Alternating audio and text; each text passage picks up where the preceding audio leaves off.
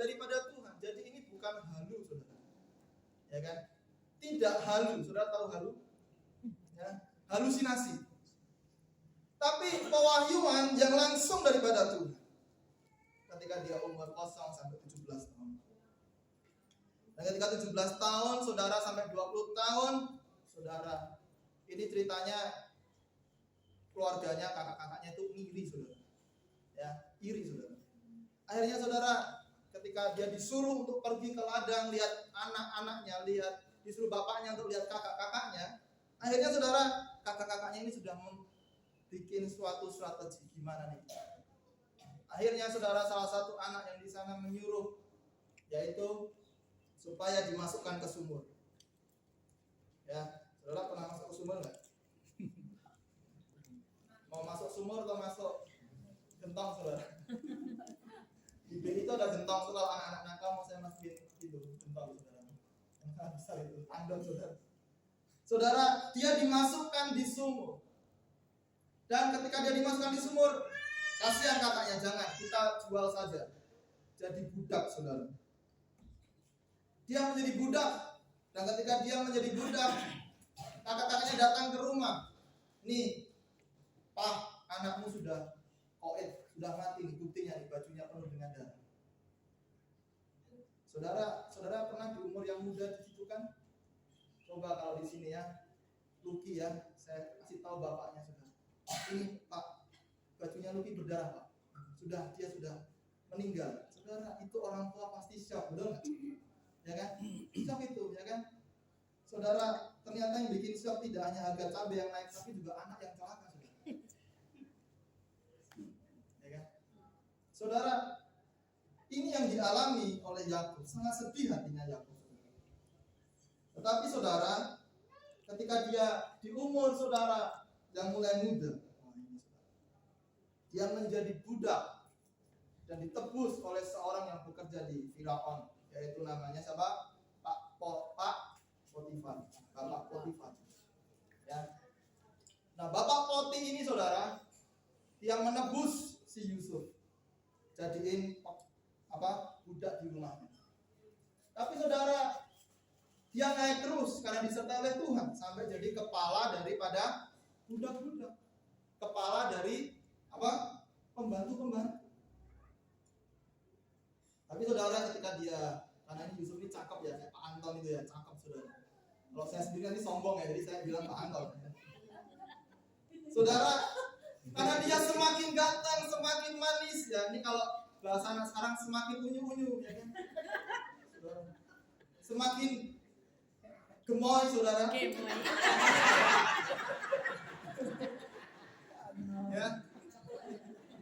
Semakin manis, semakin gemoy, dan semakin tinggi, saudara. Saya sebutin semuanya lah ya. Biar netral, saudara. Semakin manis, semakin gemoy, dan semakin tinggi. Dan rambutnya tidak putih, dia semakin bagus, semakin indah, dan digoda oleh istrinya Potifar. Saudara bisa bayangin, saudara. Datang juga kalau gitu ya, mainlah ke sini gitu ya. Saudara, dia digoda. Saudara, karena dia menjaga integritas daripada Tuhan, dia kabur, saudara. Dia lari. Tapi karena dia kabur itu nggak sengaja bajunya ke sobek. Saudara, ini kalau anak sekarang mungkin tidak lari menjauh, jadi lari di tempat, saudara. Potifar lari di tempat ya, saudara. Tidak lari menjauh, tapi Yusuf yang ini dia lari menjauh, saudara. Dia lari menjauh, walaupun digoda. Akhirnya dia saudara? Dipitnah. Katanya orang sudah nggak bisa ngomong F, jadi ngomongnya dipitnah, saudara, oleh nyonya Potifar ini. Akhirnya dia masuk kembali ke penjara. Udah dibuang ke sumur, dapat kepercayaan, digoda, difitnah, saudara, masuk penjara lagi. Wah, ini sangat-sangat susah. Tetapi ketika dia di penjara, saudara, dia bisa menjadi orang kepercayaan dari kepala penjara. Ya, ini baru saja kepercayaannya kepala sipir gitu ya. Saudara, di umur 20 sampai 25 tahun. Di umur 25 sampai 30 tahun dia menafsirkan mimpi juru minuman dan roti yang bekerja di kerajaan Firaun. Sampai dia menafsirkan mimpi Firaun. Dia menyimpan, dia tahu akan terjadi masa kesusahan yang besar. Dan akhirnya dia menjadi orang nomor 2 di Mesir. Orang nomor 2 ya, di Mesir. Dan di umur 30 sampai 10 tahun dia memiliki 2 anak yang namanya siapa? Apa saudara? Efraim dan Manasye. Akhirnya dia juga membawa keluarganya yang waktu itu mengalami kesusahan ke Mesir. Sampai dia meninggal ke Mesir di umur yang 110 tahun. Saudara, kalau kita melihat timeline kehidupan daripada Yusuf, saudara, kita bisa melihat garis besarnya bahwa ternyata dalam kehidupan tidak selalu baik. Dalam kehidupan tidak selalu mulus seperti jalan tol dan kulit yang dikasih hand body setiap hari. Ya. Ada gelombangnya, ada cobaannya, ada tantangannya. Tetapi saudara, kita belajar bahwa kehidupan Yusuf menunjukkan kepada kita bahwa Allah bukannya tidak kompeten, melainkan mau secara aktif terlibat dalam kehidupan kita. Mungkin Tuhan seperti silent and hidden, saudara. Dia seperti diam dan tersembunyi dan tidak terlihat, tetapi dia mau secara aktif terlibat dalam kehidupan Yusuf dan juga kehidupan kita. Dengan melihat kehidupan Yusuf, kita melihat betapa dalamnya dosa, rencana Allah, dan bagaimana kasih karunia bekerja yang membantu kita memahami pergumulan dan kekecewaan kita, sehingga menuntun kita untuk menghargai tuntunan Allah dalam hidup kita dan akhirnya menerima kekayaan kerajaan. Saudara, tidak mudah hidup sebagai seorang anak muda di zaman itu dan juga di zaman ini. Tantangannya tetap sama, tapi wujudnya berbeda. Kalau dulu tantangan seksual langsung di hadapan Tante Potifar, betul nggak? Ini sekarang di handphone. Saudara, ada banyak sekali yang bisa kita akses, saudara. Hanya bentuknya saja yang berbeda. Secara esensi tetap sama. Nah, saudara, hari ini saya akan memotbahkan 3 hal bagaimana kita menerima kekayaan dan kerajaan. Yang pertama, saudara, kita menerima dan melakukan visi Allah. Saudara, Yusuf menerima visi Allah di lewat mimpi. Jadi bukan mimpi di siang bolong. Ya. Ini mimpi dan visi yang dari Tuhan secara langsung di dalam hidup. Ya, kalau mimpi, saudara, mimpi, kalau udah mimpi, suka mimpi yang buruk atau mimpi yang baik, bapak-bapak? Bapak-bapak dulu ya, mimpi yang buruk atau mimpi yang baik? Mimpi yang baik. Mimpi yang baik. Ibu-ibu suka mimpi yang baik atau yang buruk? Yang baik. Anak-anak, adik-adik suka mimpi yang buruk atau baik? Mimpi yang baik. Kalau mimpi buruk, maunya langsung cepet-cepet bangun, betul nggak? Kalau mimpi yang baik, saudara, pengen lama tidur terus, lanjutin terus. Kalau bisa berseri-seri, saudara. Ini namanya hidup dalam mimpi, saudara. Tidak mau menghadapi kenyataan. Saudara, Yusuf menerima visi Allah di tengah kenyamanan sebagai anak Yakub yang terakhir. Di tengah kenyamanan dia dapat mimpi, ya kan? Dapat visi daripada Allah, ya, bahwa semuanya akan menyembah Yusuf, kan? Dan dia mendapatkan mimpi di tengah ketidaksempurnaan dan keberdosaan manusia. Dia bermimpi di tengah keluarganya yang tidak sempurna. Yakub itu tidak sempurna sebagai seorang bapak, saudara. Dia bergulat, dia ditipu, dia menipu, saudara. Ini kalau di sini ada yang namanya, belum ada nama baptis, Pak Gembala boleh mengasih nama Yakub. Tapi dia mendapatkan visi Tuhan untuk dia menjadi bapak semua bangsa. Sama dengan Yusuf. Dia mendapatkan visi di tengah kenyamanan, di tengah ketidaksempurnaan dan keberdosaan manusia. Saudara, keluarganya bukan keluarga yang sempurna, betul nggak? Kalau keluarganya itu baik-baik, gak mungkin kakak-kakaknya itu iri kepada Yusuf. Gak mungkin kakak-kakaknya itu merencanakan untuk membunuh si Yusuf. Gak mungkin kakak-kakaknya membuat rencana untuk membuang Yusuf ke mana? Sumur yang kering. Saudara, Maka dari itu saudara, di tengah ketidakkenyamanan, ketidaksempurnaan dan keberdosaan manusia, dia mendapatkan visi Allah. Amin. Maka dari saudara, gambaran Yusuf masuk ke sumur itu, dia sudah hilang segala sesuatu yang ada dalam dirinya. Saudara bayangin sumur kering, saudara, gak ada air, gak ada kehidupan, jauh saudara. Itu dia kehilangan, gambaran daripada kehilangan identitas dia. Dia udah hilang semua. Nah saudara, di tengah itu semua, dia menerima visi Allah lewat mimpi. Saudara bisa membayangkan, nah hidup kita juga demikian. Di tengah ketidaksempurnaan kita, di tengah kenyamanan kita, di tengah keberdosaan dunia ini saudara, kita harus tetap bisa menerima visi Allah. Yang percaya katakan amin. Amin.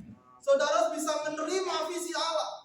Kalau saudara bisa menerima visi Allah, ada penyediaan yang datangnya daripada Allah. Amin. Amin. Di tengah penderitaan apapun saudara, kita bisa melihat visi Allah. Saudara, saya masih ingat di masa pandemi saudara, 3 tahun yang lalu lah ya. Saudara, ada banyak hal yang kita bisa rasakan. Ya, kejenuhan, ya, kekurangan, ketidakberdayaan yang kita alami. Tapi kalau saya masih bisa berdiri hari ini karena saya masih mengejar visi Allah dalam hidup saya. Berapa banyak orang yang mati, berapa banyak orang yang tidak bisa hidup kembali.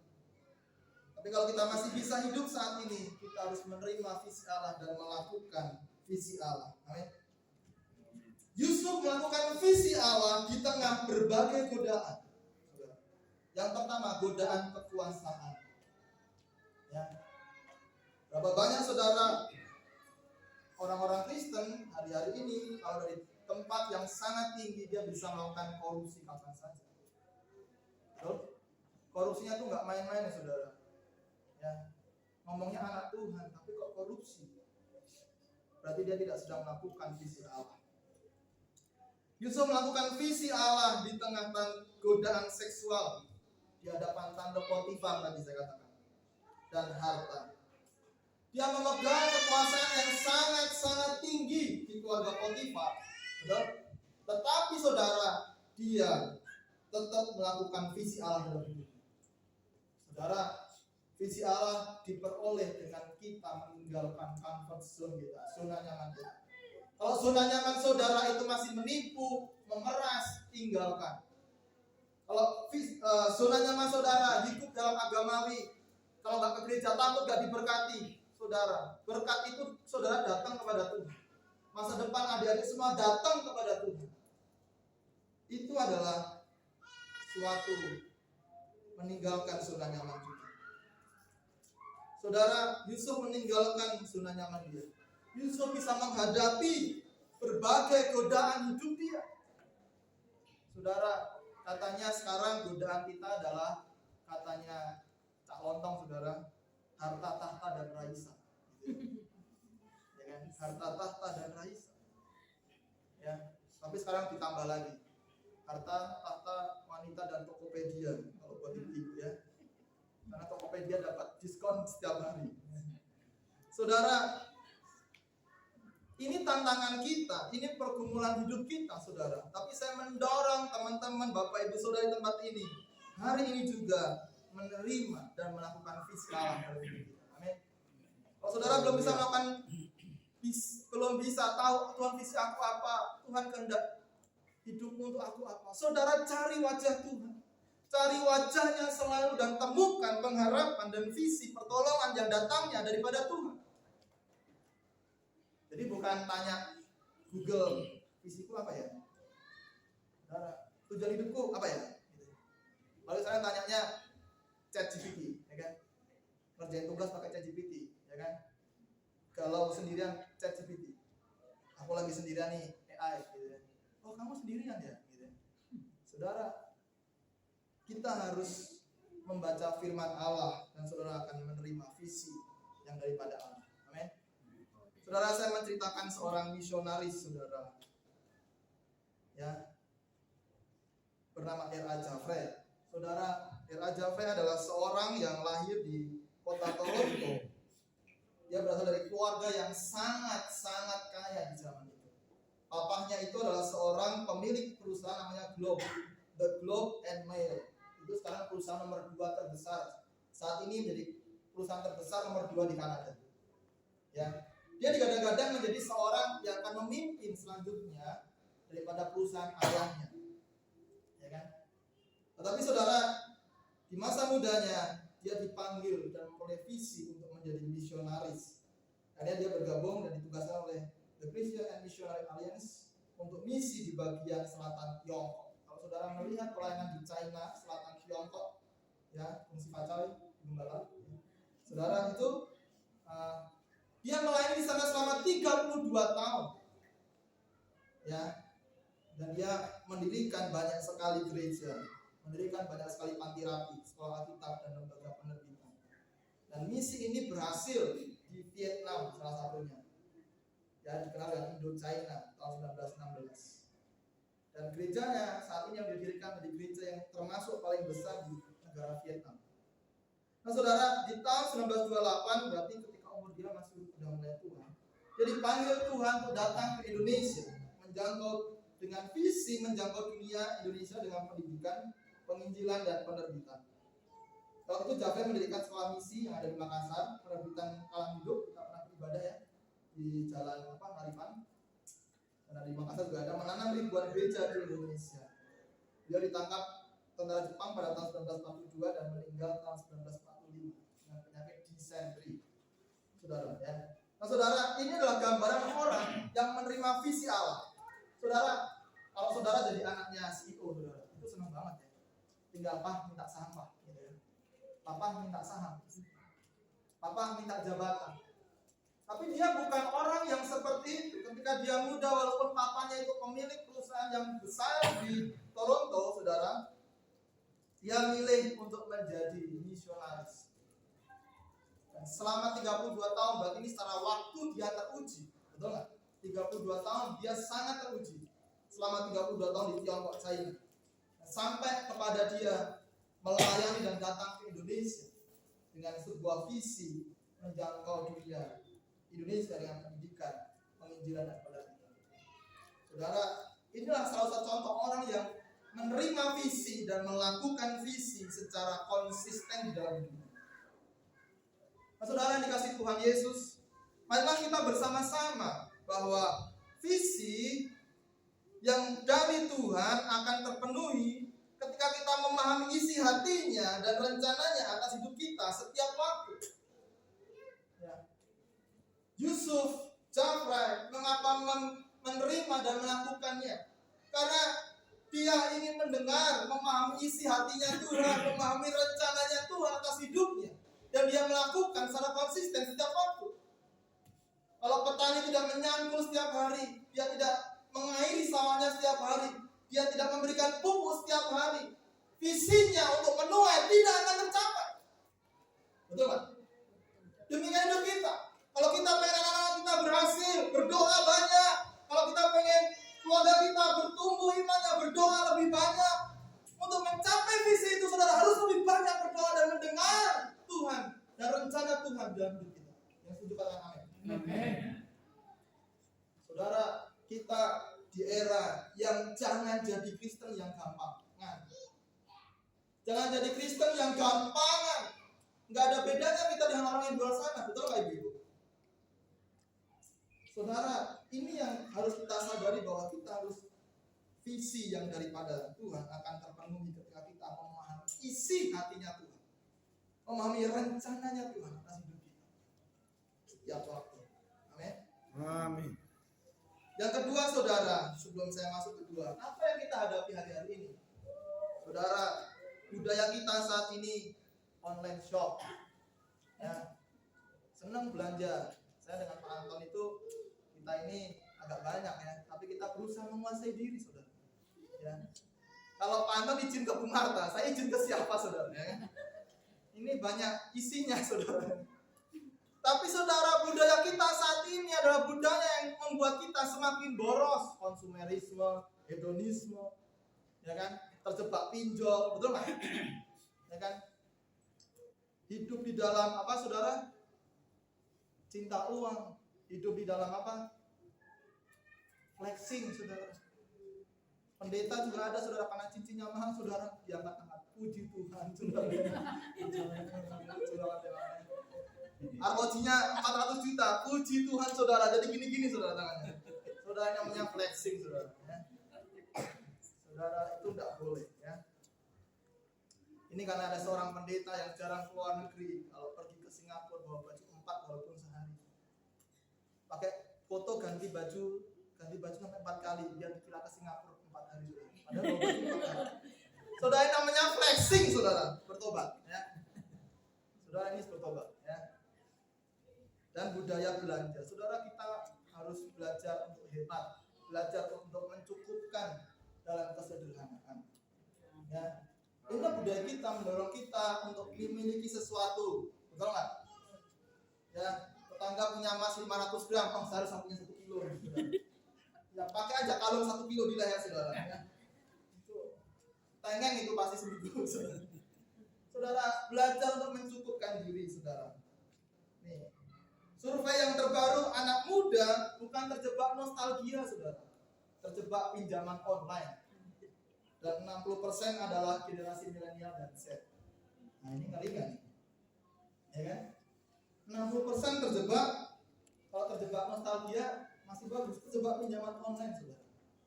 60%. Ya, saudara bisa gambarkan itu di sana kurang lebih 26 T, saudara. Itu luar biasa. Ya.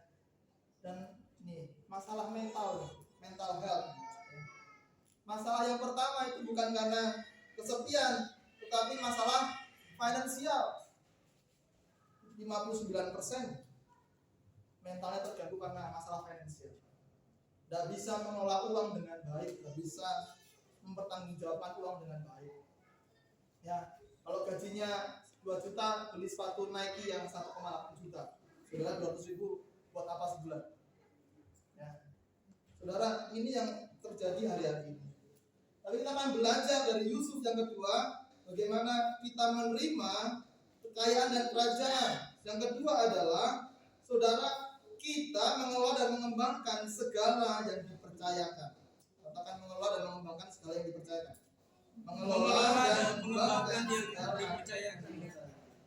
Manusia yang pertama, Adam, saudara, dia bukan untuk menguasai, tapi dia dipercayakan untuk menata, layani Taman Eden itu. Makanya dia bisa beri nama hewan, bisa beri nama tumbuhan, ya kan? Bekerja dengan sungguh-sungguh. Dan inilah prinsip, saudara, yang harus kita miliki di era orang bekerja untuk beli sesuatu, tapi kita bekerja untuk mengelola dan memberikannya untuk Tuhan dan mengelolanya untuk diberikan kepada keluarga kita dan anak-anak kita. Saudara, Yusuf mengelola dan mengembangkan segala yang dipercayakan. Alkitab mengatakan bahwa dia disertai oleh Tuhan dan segala, katakan segala sesuatu yang dikerjakan berhasil. Ya, saudara, dia melakukan segala sesuatu yang dilakukannya itu berhasil. Ya, ketika dia di rumah Potifar, dipercaya, dia melakukan dengan sungguh-sungguh, bekerja dengan sungguh-sungguh dan berhasil. Ya, dia melakukan dengan sungguh-sungguh. Ketika dia jadi kepala penjara, dia melakukan dengan sungguh-sungguh, mengelolanya dengan sungguh-sungguh, mengembangkannya dipercayakan dengan sungguh-sungguh dan berhasil. Kuncinya, saudara, supaya saudara diberkati adalah mengelola dan mengembangkan segala sesuatu yang diberikan Allah dengan sungguh-sungguh. Ya, kalau saudara nggak mengembangkan, mengelola, saudara terjebak pinjol. Ya, saudara harus belajar bahwa Yusuf orang yang disertai oleh Tuhan. Penyertaan Tuhan jauh lebih penting daripada strategi kita. Penyertaan Tuhan lebih penting daripada rencana kita. Betul? Ya. Yang kedua, dia tunduk pada otoritas, mengelola dan mengembangkan yang dipercayakan dengan benar. Saudara, dia ini dilatih, saudara, oleh bapaknya pertama.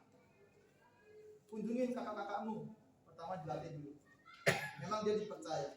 Tapi ketika dia menjadi orang yang dipercaya, saudara, dikatakan bahwa dia diberikan otoritas mengelola dan mengembangkan yang dipercayakan itu dengan benar.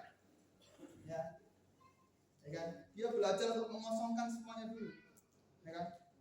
Dan ketika dia tahu bahwa ketika dia berjumpa dengan Fir'aun, saudara, dia bisa mempertanggungjawabkan dengan benar.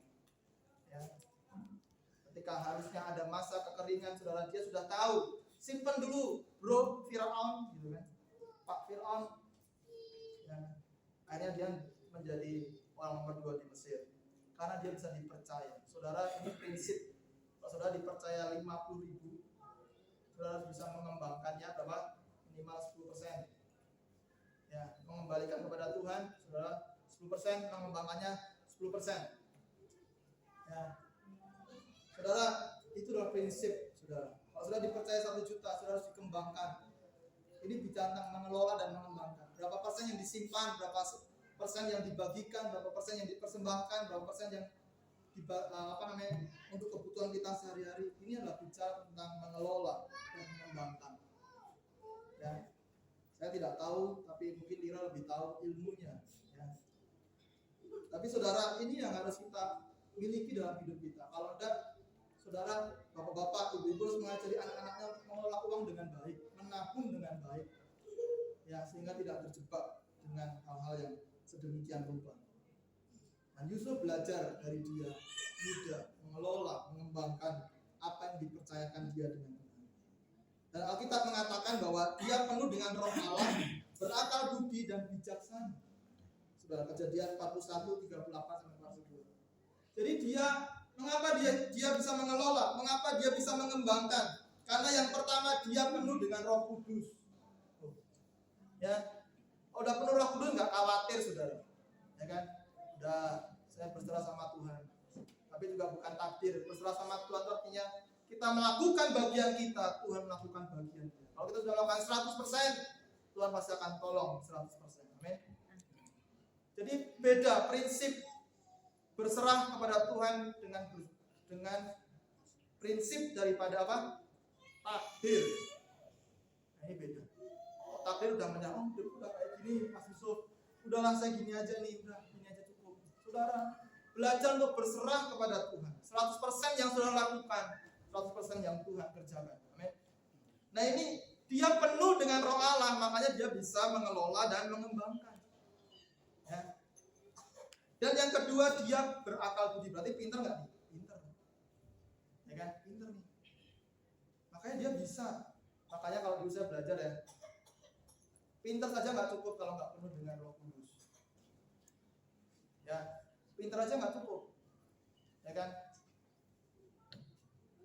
Penuh skillful, baik, tapi kalau karakternya jelek, saudara, nggak ada artinya. Nothing. Saudara boleh skillful tapi harus karakter baik. Saudara harus apa? Pintar tapi juga penuh dengan Roh Kudus. Nah, itu namanya buy one get one. Saudara senang nggak buy one get one? Beli 1 dapat 1. Senang. Ya, buy one get one senang nggak? Senang. Ya, beli minyak 1 liter gratis 2 liter. Saudara takut akan Tuhan, dapat kepintaran. Buy one get one. Beli 1 dapat 1. Udah beli 1 minta 3, ini namanya maruk, saudara. Ini nggak dikasih Tuhan. Saudara harus diusir oleh orang yang pintar. Yang selanjutnya dia orang yang bijaksana. Bijaksana mengelola waktu, mengelola uang, mengelola segala hidup kita. Apalagi adik-adik muda ini. Ya. Bijaksana mengelola waktu kita. Kapan belajar, kapan bermain, kapan bikin konten, ya. Kapan kerja kelompok. Saudara, kapan berdoa. Bijaksana dalam mengelola waktu. Yusuf ini orang yang bijaksana dalam segala hal. Mengelola waktu, mengelola uang, mengelola situasi pun dia bisa. Ini orang yang menjadi orang yang luar biasa. Saudara, yang kedua, kita harus mengelola dan mengembangkan segala yang dipercayakan oleh Allah dalam hidup kita. Amin. Amin. Saudara, Kolose 3 ayat 23. Apapun juga yang kamu perbuat, perbuatlah dengan apa? Segenap hatimu, seperti untuk Tuhan dan bukan untuk manusia. Yusuf itu melakukan segala sesuatu yang diperbuat dengan senang hati untuk Tuhan. Katakan untuk Tuhan. Untuk Tuhan. Bukan untuk aku. Bukan untuk orang lain. saudara lakukan pekerjaan segala sesuatunya, fokusnya kepada Tuhan, pemeliharaan